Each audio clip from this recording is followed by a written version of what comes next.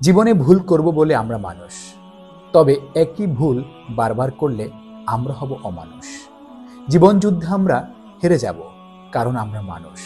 তবে হেরে গিয়ে যদি আমরা থেমে যাই, তখনই আমরা হব ভীতু মানুষ।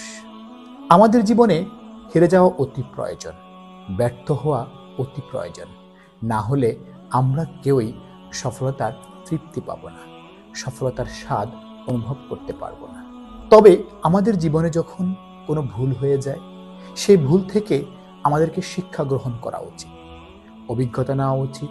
সেই অভিজ্ঞতাকে কাজে লাগিয়ে আমাদেরকে সফলতার পথ ধরে হাঁটা উচিত।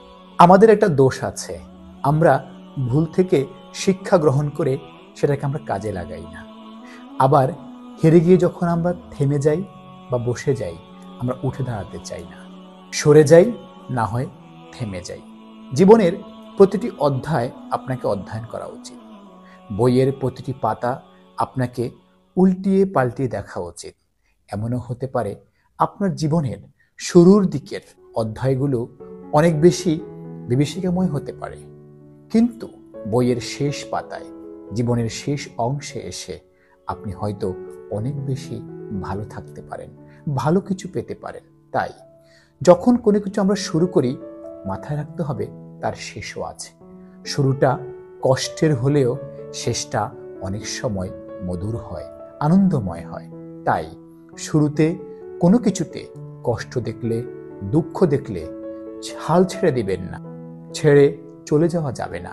শেষ দেখা পর্যন্ত অপেক্ষা করতে হবে। হয়তো শেষটা এত বেশি সুন্দর হবে যা আপনি কল্পনাও আঁকতে পারেননি।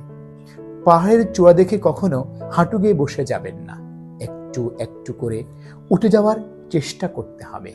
যখনই আপনি পাহাড়ের চূড়ায় উঠে যাবেন, তখন দেখবেন পৃথিবীটা কত সুন্দর, জীবনটা কত সাবলীল এবং গোছালো।